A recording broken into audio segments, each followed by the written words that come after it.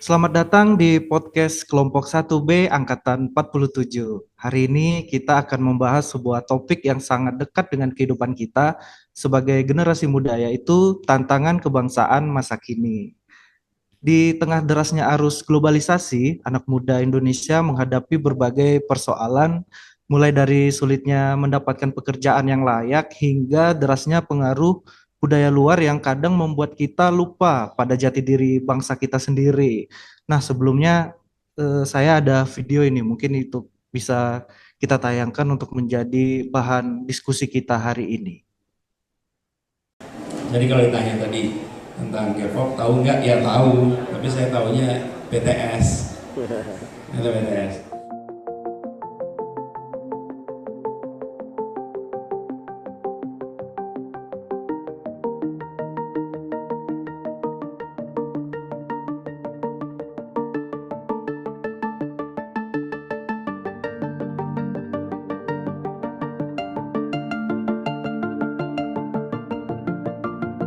30 tahun yang lalu, tahun 90-an, Korea itu investasi besar-besaran.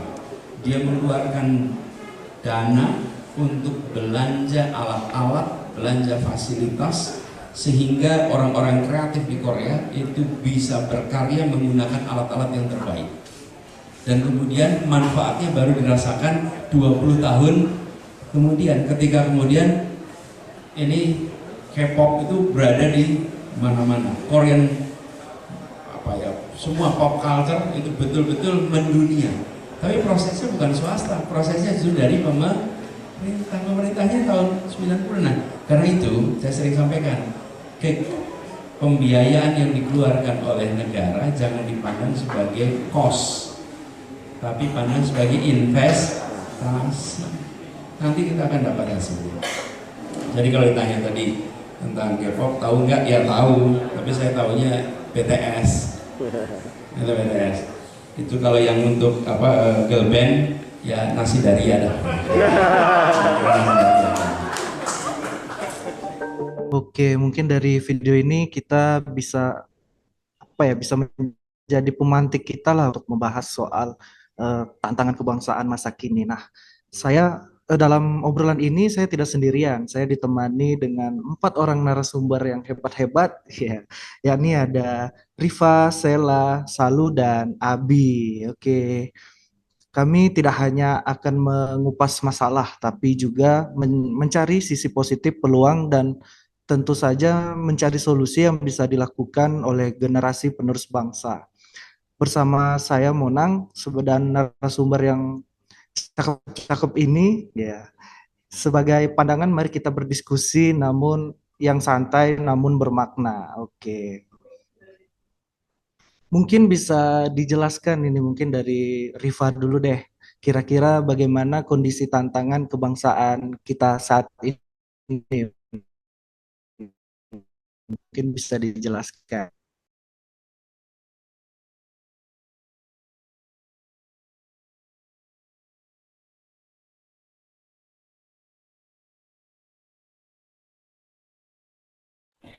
Di era globalisasi saat ini, bangsa Indonesia menghadapi tantangan kebangsaan yang cukup serius, khususnya dalam hal menjaga identitas dan jati diri. Salah satu fenomena yang dampak jelas adalah banyaknya generasi muda yang lebih suka budaya luar seperti K-pop, drakor, dan tren gaya hidup barat dibanding budaya bangsanya sendiri. Memang keterbukaan terhadap budaya global tidak bisa dihindari, karena perkembangan teknologi dan media sosial membuat segala informasi begitu mudah diakses.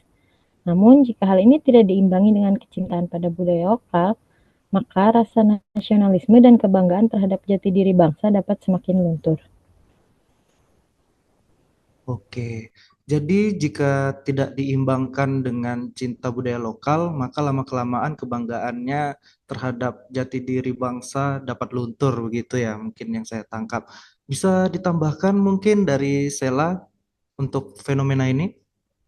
Oke, baik. Terima kasih, Bang Monang. Mungkin saya akan menambahkan dari yang disampaikan sebelumnya ya, bahwa budaya luar seharusnya tidak dilihat sebagai ancaman, melainkan sebagai sarana pembelajaran dan hiburan yang perlu disikapi secara bijak.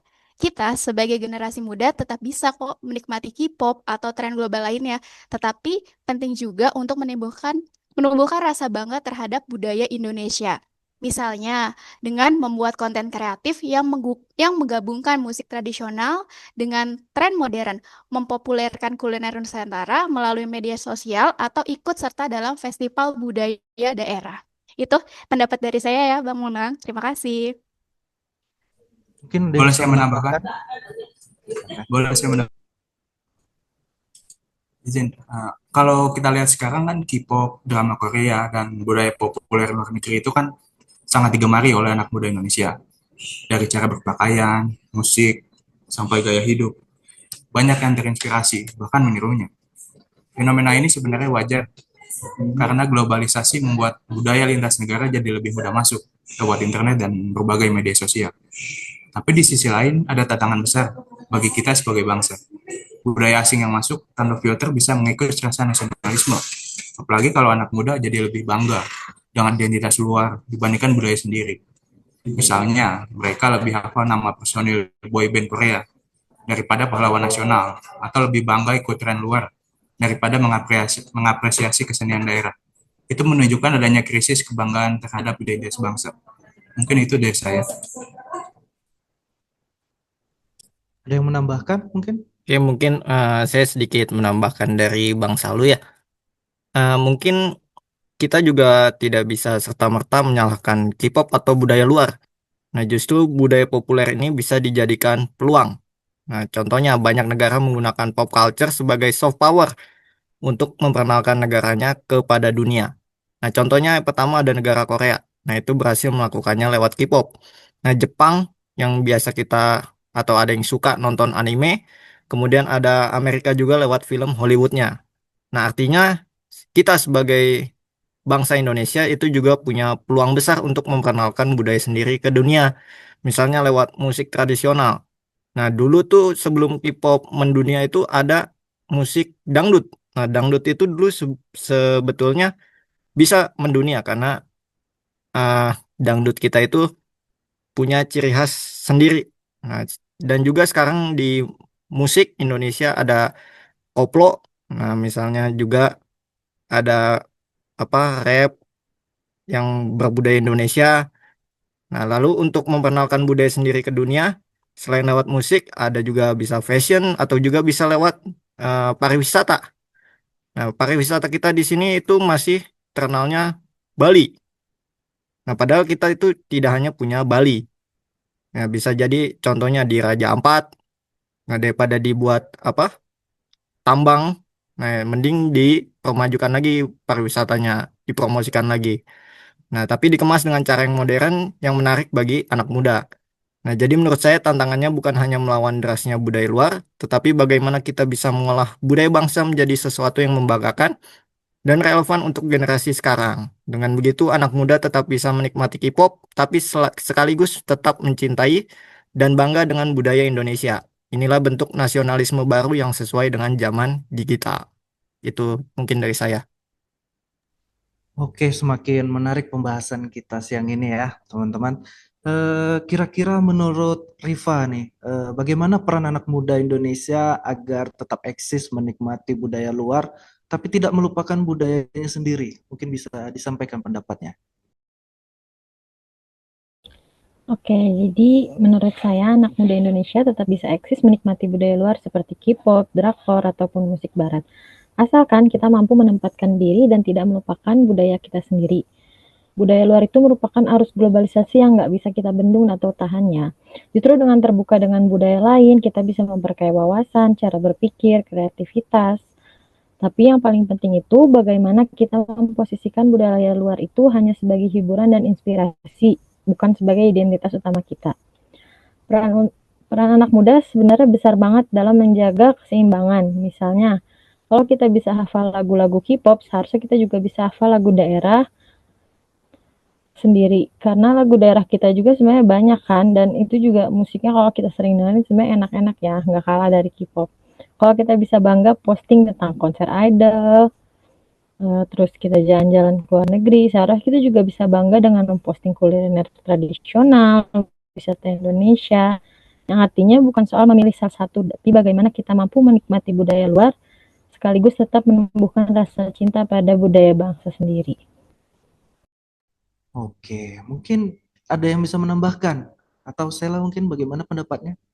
Oke, baik. Kalau menurut saya ya, Bang, di era digital ini, khususnya kita nih Gen Z sebagai anak muda itu punya kekuatan besar lewat media sosial.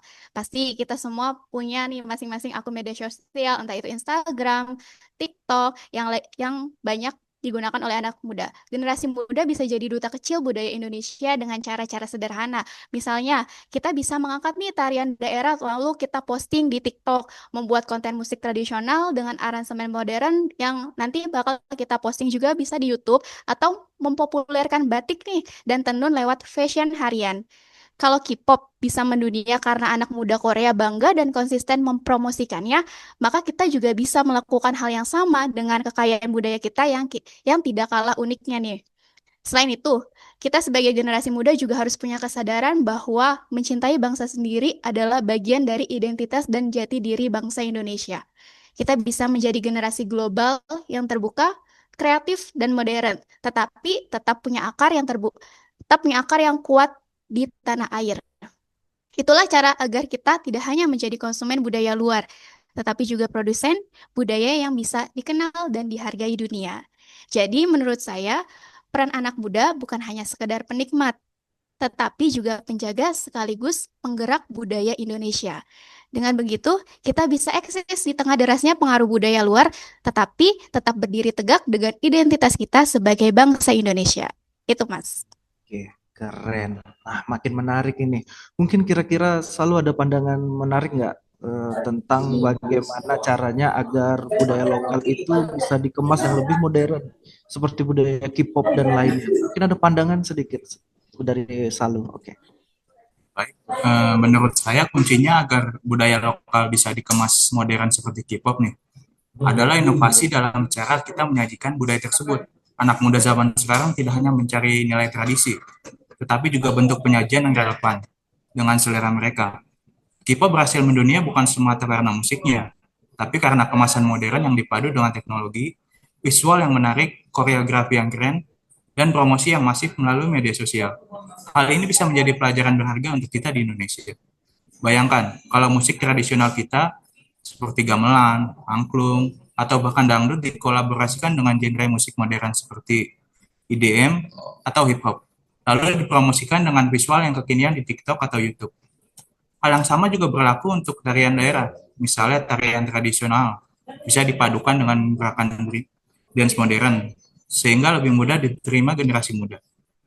Dengan cara itu, budaya lokal tidak hanya dipandang sebagai sesuatu yang kuno, tetapi menjadi sesuatu yang keren dan bisa dibanggakan. Selain dari sisi musik dan seni bertunjukkan, kuliner lokal pun bisa dikemas modern. Makanan tradisional bisa ditampilkan dengan gaya presentasi kekinian, diberi branding yang kuat, dan dipromosikan lewat media sosial oleh influencer. Begitu juga dengan fashion, kain batik atau tenun tidak harus selalu dalam bentuk pakaian formal, tapi bisa dikembangkan jadi streetwear atau budaya kasual yang cocok dipakai anak muda. Mungkin segitu saja dari saya. Oke, mungkin kalau menurut Abi gimana nih?